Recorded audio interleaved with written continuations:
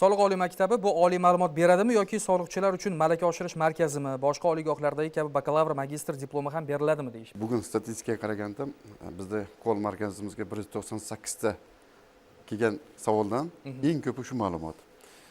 Bakalavr, magistratura yo'nalishi bo'yicha ta'lim tashkil etilganmi? Albatta, prezidentimizning 227-soliq qarorlari bo'yicha soliq bu oliy maktabi bakalavr va magistratura, undan keyingi ta'lim doktorantura yo'nalishlari bo'yicha o'quv ta'lim yo'nalishlari bo'yicha tashkil etilgan.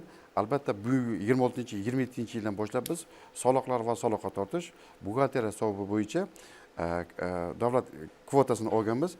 Bu yildan bakalavr yo'nalishi bo'yicha talabalarni, nomzodlarni, abituriyentlarni qabul qilishni boshlaganmiz. Demak, bakalavr, magistratura va doktorantura yo'nalishlari bo'yicha biz faoliyat olib boramiz. O'zi asosan 3 ta yo'nalish belgilangan o'sha prezidentimiz qarorida 227 da boyagi kadrlar masalasiga ham bog'liq, o'sha transformatsiya masalasi uyg'unlikda hozir javob berishga harakat qilamiz. Birinchi o'sha kadrlarni tayyorlash, ikkinchisi malakasini oshirish, uchinchisi ilmiy tadqiqot markazi tashkil qilingan. Ya'ni bu uchalasi uzviy bog'liq bo'ladi.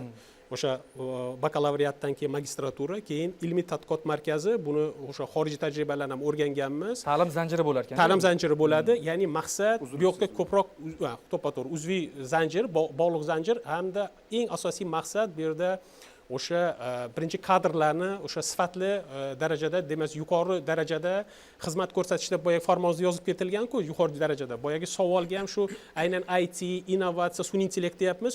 Birinchi navbatda o'sha kadrlar tayyorlanadi-da, birinchi navbatda tayyorlanadi, malaka oshiriladi, keyin ilmiy tadqiqot. Ya'ni biz bu yoqda ko'proq endi sifatga ishlanadi. O'sha hujjatlarni tayyorlashda ham, o'sha kadrlarni tayyorlashda ham, ya'ni uchala yo'nalish o'sha muhtaram prezidentimizning 227-sonli qarorida belgilab o'tilgan. Natijada bu nima beradi? Birinchi navbatda yangi kadrlar zaxirasini shakllantiradi. Bu bir. Ya'ni boyagi sun'iy intellekt, bizda farmonimizda belgilangan sun'iy intellekt yo'nalishlari to'g'ridan-to'g'ri o'qitiladi.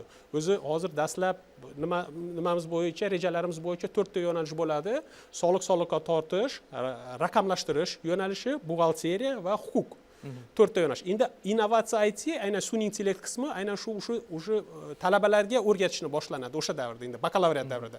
Keyin magistratura, keyin ilmiy tadqiqotda bu sifatli nima deydi, takliflar tayyorlashda xizmat qiladi, ham yordam beradi.